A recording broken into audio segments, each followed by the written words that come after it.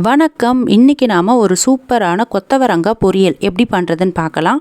இந்த ரெசிபி பார்க்குறதுக்கு முன்னாடி இன்னும் நம்ம சேனல் உமாவின் சமையல் உலகமாக சப்ஸ்கிரைப் பண்ணலன்னா சப்ஸ்கிரைப் பண்ணிவிடுங்க. மறக்காமல் பக்கத்தில் இருக்க பெல் பட்டனை கிளிக் பண்ணுங்கள்.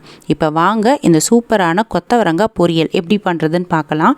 இதுக்கு ஃபஸ்ட்டு நாம் கொத்தவரங்காவை தனியாக வேக வச்சு எடுத்துக்கலாம். அதுக்கு அடுப்பில் ஒரு வாணலி வச்சு அதில் 1.5 டம்ளர் அளவுக்கு தண்ணி நான் சேர்த்துக்கிறேன். அதாவது காய் வேகிற அளவுக்கு தண்ணி சேர்த்துக்கோங்க. நான் ஒரு 1/4 கிலோ அளவு கொத்தவரங்காவை எடுத்து அதை நல்லா வாஷ் பண்ணி இந்த அளவுக்கு பொடி பொடியாக கட் பண்ணி வச்சுருக்கேன். இப்போ இதையும் இதில் சேர்த்துடலாம். காய் சேர்த்ததுக்கப்புறமா இதில் தேவையான அளவு உப்பு, 1/4 ஸ்பூன் அளவுக்கு மஞ்சள் தூள் சேர்த்து இதை கலந்து விட்டுடலாம். இப்போ காய் ஒரு 3/4 பதம் வர அளவுக்கு விட்டுருங்க. ஃபுல்லாக காய் வேகக்கூடாது. 3/4 பதம் அளவுக்கு வெந்தாவே போதும். அதாவது ஒரு 80% அளவுக்கு காய் வெந்தாவே போதும். இப்போ பாருங்கள், காய் 3/4 பதம் அளவுக்கு நல்லா வெந்துடுச்சு. இப்போது இதை நாம் ஒரு ஸ்ட்ரெயினரில் மாற்றி தண்ணி இல்லாமல் வடிகட்டி எடுத்துடலாம். இப்போ இதில் கொட்டினதுக்கப்புறமா இதில் ஒரு 1/2 டம்ளர் அளவுக்கு பச்சை தண்ணியை இதில் சேர்த்து தண்ணி இல்லாமல் எடுத்துருங்க. அப்போ தான் அந்த கலர் மாறாது.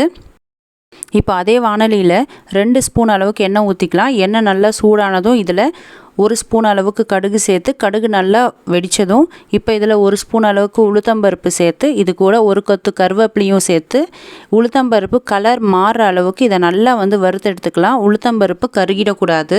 இப்போ இந்த அளவுக்கு உளுத்தம்பருப்போட கலர் மாறினதுக்கப்புறமா பொடியை நறுக்கின ஒரு மீடியம் சைஸ் பெரிய வெங்காயத்தையும் சேர்த்து இதை நல்லா வதக்கிடலாம். வெங்காயத்தோட கலர் இந்த அளவுக்கு நல்லா மாறி வரணும். இப்போ வெங்காயம் நல்லா வதங்கிடுச்சு. இது கூட தட்டி வச்ச ஒரு 5-6 பூண்டு பல்லையும் சேர்த்து வதக்கிடலாம். வெங்காயம், கருவேப்பிலை, பூண்டு இந்த 3ம் சேர்ந்து வதக்கும் போதே அதோட மணமே ரொம்ப நல்லாயிருக்கும். இது கூட கொஞ்சமாக பெருங்காயத்தூளையும் சேர்த்து இதை நல்லா வதக்கி விட்டுடலாம்.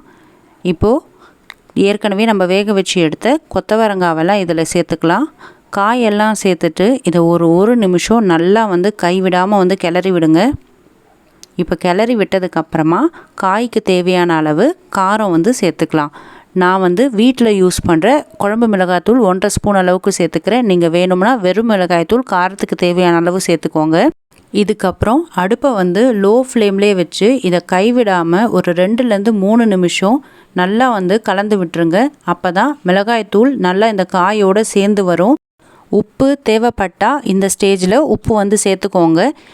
ஏற்கனவே நாம் காய் வேக வைக்கும் போதே உப்பு சேர்த்துருக்கோம். அதனால் கொஞ்சம் கவனமாகவே உப்பு சேர்த்துக்கோங்க.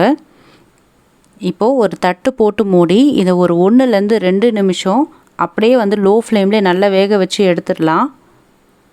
கொஞ்சம் கூட அந்த மிளகாத்தூள் வாசனை எதுவுமே இருக்காது. இன்னொன்று முக்கியம், நம்ம இதில் தண்ணி சேர்க்கலை. அதனால் காய் நல்லா பளபளன்னு இருக்கும். நல்லா உதிரியாகவே வரும். இப்போ இந்த ஸ்டேஜ்லேயே நாம் இதை சர்வ் பண்ணிடலாம். ஆனால் இதோட டேஸ்ட் கொஞ்சம் எடுத்து கொடுக்கறதுக்காக நான் துருவின தேங்காய் ஒரு 3 ஸ்பூன் அளவுக்கு சேர்த்துக்கிறேன். தேங்காய் துருவல் சேர்த்தா உங்களுக்கு பிடிக்காது அப்படின்னா இது ஆப்ஷனல் தான், நீங்கள் விட்டுருங்க. இப்போ தேங்காய் சேர்த்ததுக்கு அப்புறமா இதை 1 நிமிஷம் அப்படியே கலந்து விட்டு எடுத்தால் சூப்பரான கொத்தவரங்காய் பொரியல் ரெடிங்க. இது சாம்பார் சாதம், ரசம் சாதம், தயிர் சாதம் இது கூடலாம் வச்சு சாப்பிட்டா ரொம்ப சூப்பராக இருக்கும். கண்டிப்பாக இந்த ரெசிபியை ட்ரை பண்ணி பாருங்கள். ட்ரை பண்ணி பார்த்துட்டு இந்த வீடியோ பிடிச்சிருந்தா லைக் பண்ணுங்கள், ஷேர் பண்ணுங்கள், சப்ஸ்கிரைப் பண்ணுங்கள். மறக்காமல் பக்கத்தில் இருக்க பெல் பட்டனை கிளிக் பண்ணுங்கள்.